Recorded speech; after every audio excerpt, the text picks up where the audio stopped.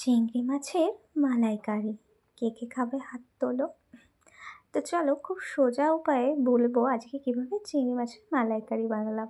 প্রথমেই আলু কেটে তেল গরম করে ভেজে নিয়েছি, তারপরে নারকেলটা কুড়িয়ে একটু মিক্সারে ব্লেন্ড করে নারকেল দুধটা বার করে নেব।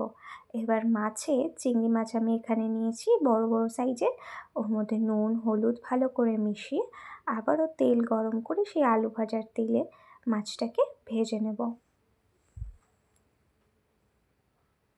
এক এক করে মাছ দিয়ে অল্প করে ভেজে নেব। চিংড়ি মাছ বেশি ভাজলে কিন্তু আবার শক্ত হয়ে যাবে, খেতে তখন আর ভালো লাগবে না।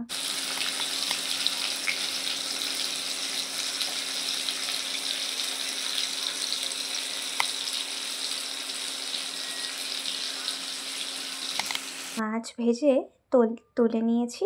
এবার সেই তেলেই পেঁয়াজ বাটা, আদা বাটা, রসুন বাটা দিয়ে ভালো করে মশলা ভাজা ভাজা করে নেব। তারপরে দিয়ে দেবো নুন হলুদ,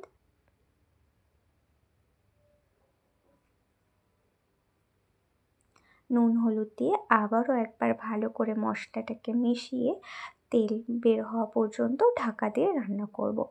আমি ঢাকা খুলে দেখলাম মশলার থেকে তেল ছেড়ে গেছে।